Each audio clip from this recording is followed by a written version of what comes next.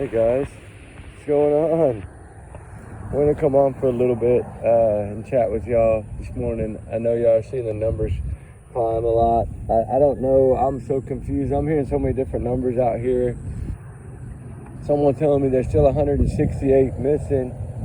So I don't know if the numbers are changing because they're getting more organized, right? Like each county is starting to come together and put their numbers together is what I'm thinking. Because it's I believe what I was told at the briefing this morning was that I think 121 had been recovered and that 168 or 67, don't quote me, but somewhere around in there are still missing. So what we thought, another 10 or 12 missing, that was basically just at the Camp Majestic, right? That wasn't overall, like I was trying to say. I knew the numbers were going to climb, but I just didn't, my God, I did not think it was going to be this bad.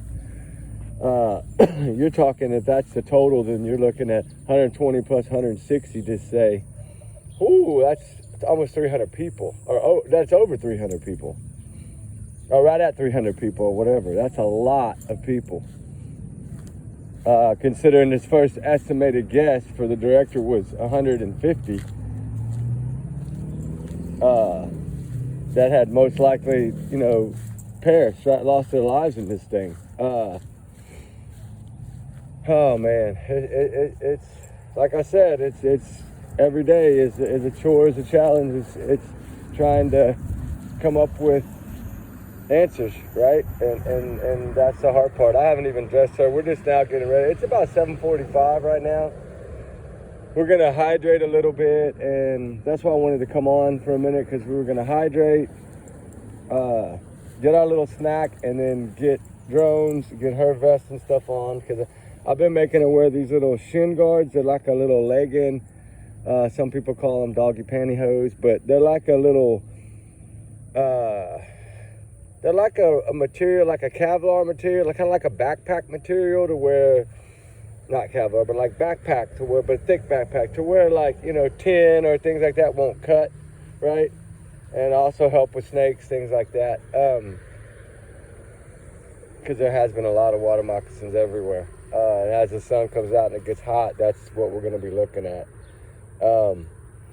She's so lost. There's so many,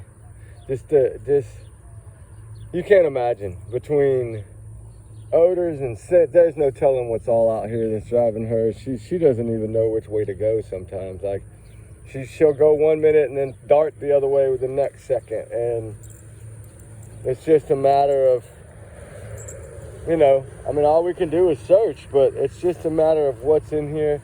Some guy had just cut this area. I guess they were gonna maybe set up some tables, and some like tents and tables, I guess, maybe to pass out water. So I don't know. Or they're doing it for the mosquitoes, or they're doing it to give people a place to stand, during these, some of these briefings and stuff.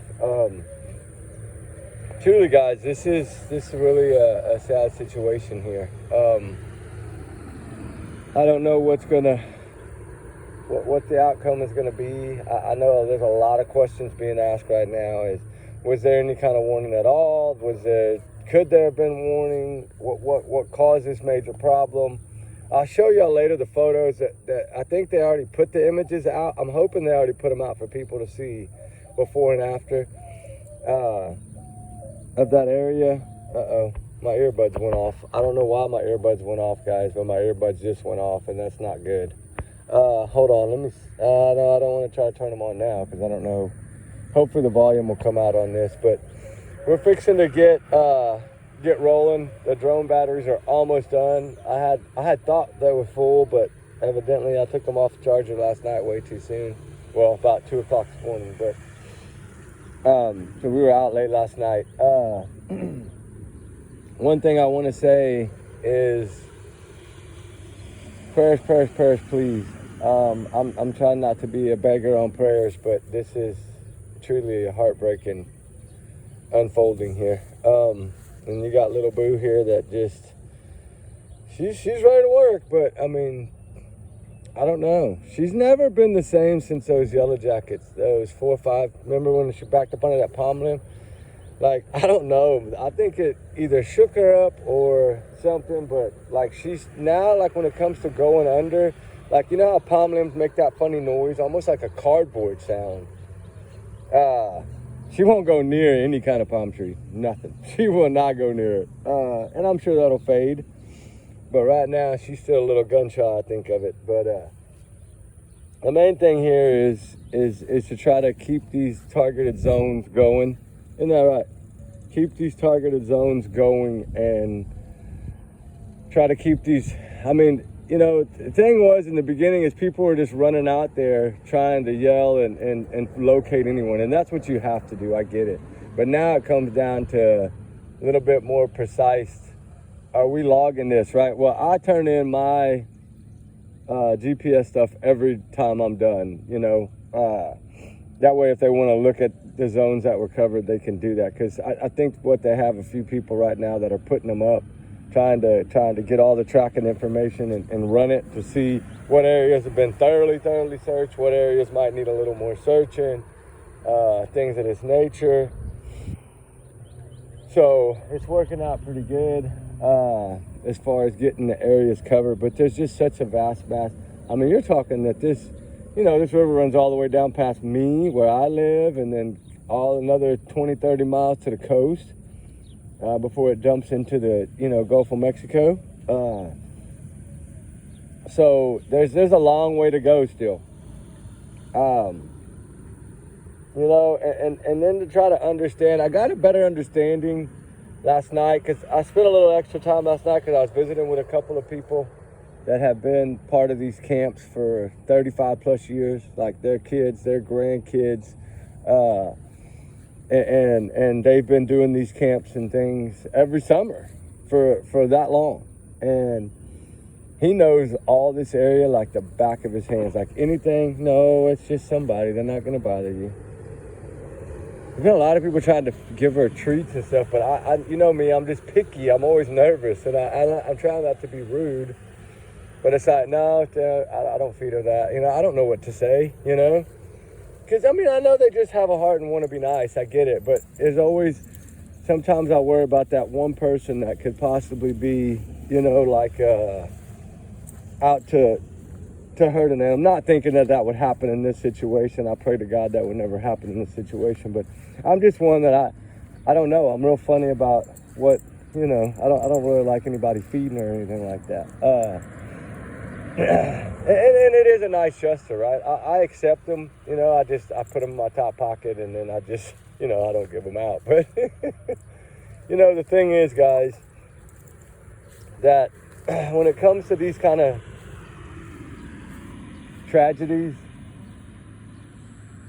you see about it all the time, especially like in China and all that with the mass flooding like they have so bad in some of these other areas, it gets really bad. So, here comes one of the ladies. I met a lady and her husband yesterday. Such nice people. And I see them now. They're coming back. They have like a little Scottish Terrier or whatever that they take with them. So they have a little, very nice people. Yeah, it's like a little West Highland White Terrier, I think is what it's called. Like a Westie or whatever. It's a cute little thing. It's got its little vest and it's got a little life jacket and it's just so cute.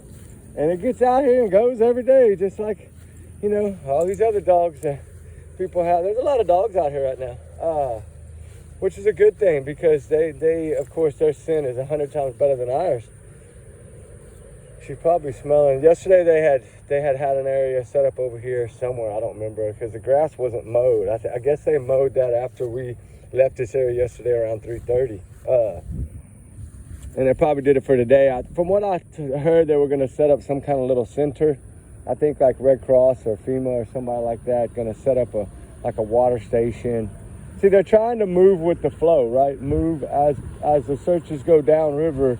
They're trying to move, but there's still people still searching up. They're just going out further in the perimeter, like, because the water had covered such a vast area so quickly that, you gotta search. And there's people searching 500 feet from the riverbank, 1,000 feet from the riverbank or more, into the brush, right? And there's still debris all over. The thing is just trying not to get hurt on debris that are tripped up or tangled up with the trees and the logs and the limbs and the debris and the ropes.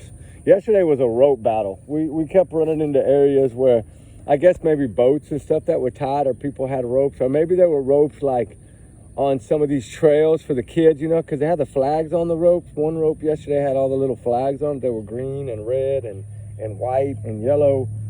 So it looked like maybe somebody had flagged a walkway down, you know, either to the water or somewhere at one of these camps. And it was strung out all up in trees. It went along the bank for, oh my goodness, at least 500 feet. It was a long rope. And it was tangled up in a mess of everything. And I just remember all those flags, and of course it makes you think of safety things, right? Like, you know, why wasn't there more, you know, I mean, I can go on about why wasn't there more safety all day long, but I don't know. There's going to have to, some things are going to have to give a little bit. I did a video the other day, but I couldn't post it. I had to delete it because I think I was a little too harsh on the safety concerns. But, you know, like life jackets in these camps and things that need to be like emergency backpacks, or something that needs to be created. Some kind of flotation devices. I think like these lead people in these camps need to learn how to use these inflatable rafts, the safety rafts, right? Like they use in like fishing vessels, to where they're covered at the top, or if it's raining, right, you're protected. The weather, the heat, the sun, you know, something that they can pull a string and it'll blow up and you can put some kids in and get in, right? I think that needs to be enough of those to cover the amount of people at these camps. And I know that sounds corny, but, you know, in a situation like this, yeah, what if they'd have had a practice like that in place, where they had all these backpacks lined out for the staff members that had bottled water, snacks, flashlights, life jackets, floatable devices, a little raft or something that they could have utilized. You imagine when that water was rising, you know, hit your shin or your knees, by then you got that string popped, right? Get them kids in that raft, or victims in the raft, and let it ride the water. Yeah, you might get tangled up, you might bump a tree, but, you know, hopefully it'll at least get you to the side of a bank. You know, it's to where you can get into, maybe get onto dry ground. You know, it's just, and I'm not saying they don't have those things in place. I don't really know, but life jackets hanging on a wall by a door, or under each cot or bunk bed or something, just to where you have that emergency device. And it maybe could have made a big difference, and it might not have. But, I mean, this was a wall of water, guys. I mean, I seen the photos. It's a bad wall of water, because they had like a water tower thing, and they have a camera up there. So I was able to see this. It looked like a damn tsunami. Sorry, trigger warning, but it looked like a tsunami, guys. Like going down the river. There's a few clips out there. I think there's a gentleman, I can't remember his last name, I think started with an S, that was actually standing on a bridge filming this as it was coming. And you can see it. I've seen that clip too. That one of the guys showed me that clip yesterday or day before. And it's just the heartbreak, guys. It's the tears and the. I mean, there is literally. I mean, I've met so many parents and so many grandparents and sisters, brothers, cousins, aunts, uncles that are out here searching, and just to listen to their stories, right? Because it's all about holding on to hope. But I know as days go, things kind of shift in that aspect. But no, that's somebody else's dog. Somebody else's dog went to the restroom right there. Fresh cut grass and went to the bathroom. But that's all right. That's part of it. I mean, it's not about that right now. It's about finding people. I don't know exactly how many children are left unaccounted for at this moment. I haven't been up to that area today yet this morning. Well, it's still early. I mean, most people are still just now getting here. A lot of people have been here. We were going at 5 and we weren't really coming to this area. And then we decided, you know what, we might as well at least let them know, right?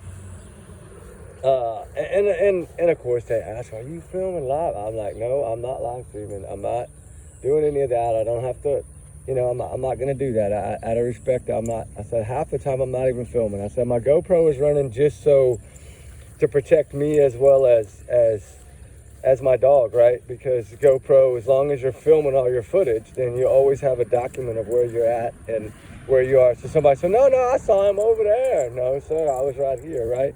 It's just a thing that I've always done when I'm searching. Plus, I can go back and look at it if I feel like I saw something that I didn't see, right? If I missed or whatever, then I can do it. But I'm not here to post that footage. I'm not here to post footage of sobbing and crying and praying and begging for their children and asking anybody to help. And, you know, mom coming up to me yesterday and telling me thank you and then asking, do you think you can check this area? And I'm like, yes, ma'am. She's like, it was just a gut feeling the mom had. She said, I just, you think you know your kids, but, I just have a gut feeling like I would think that this is where they would have tried to go to get to higher ground. But, and of course we search it. We do whatever is asked of us to do, especially when it's a parent. Because that's the ones that need this support right now. There's the ones that are broken, that they just won't give up. They're sleeping in their car, guys, living in their cars.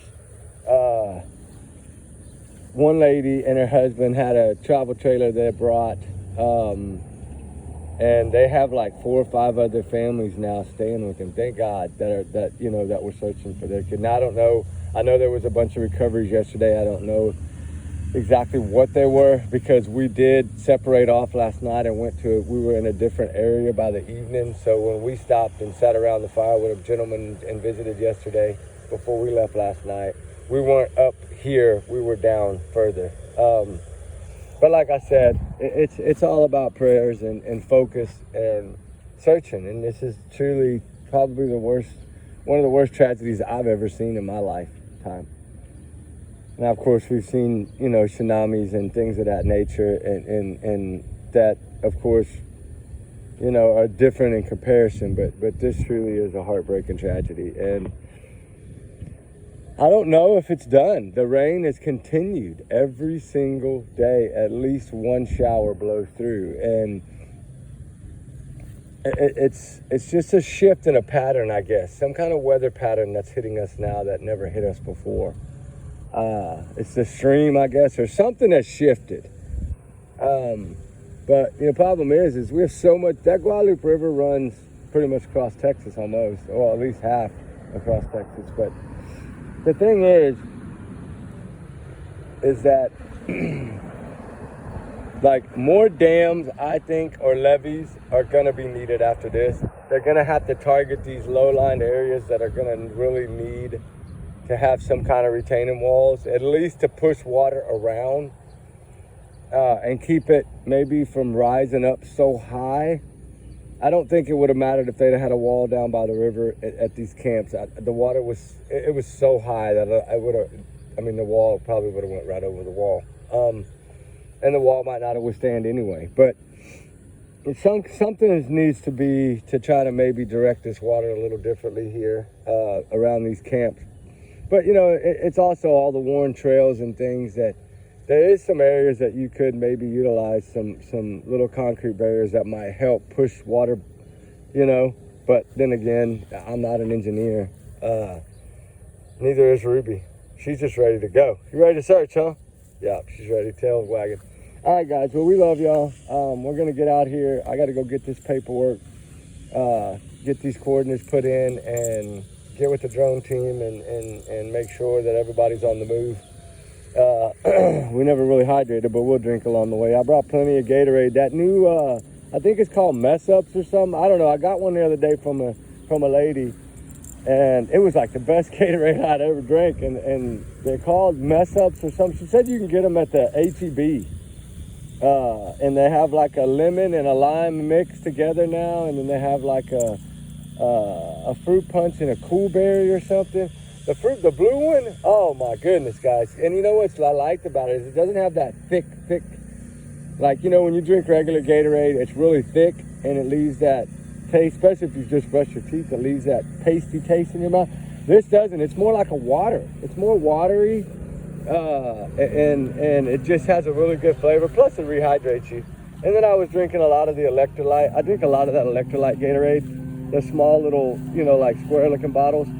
I drink a lot of those. The watermelon and the purple and the blue. Oh, there's a guy coming with the... Oh, they're cutting everything.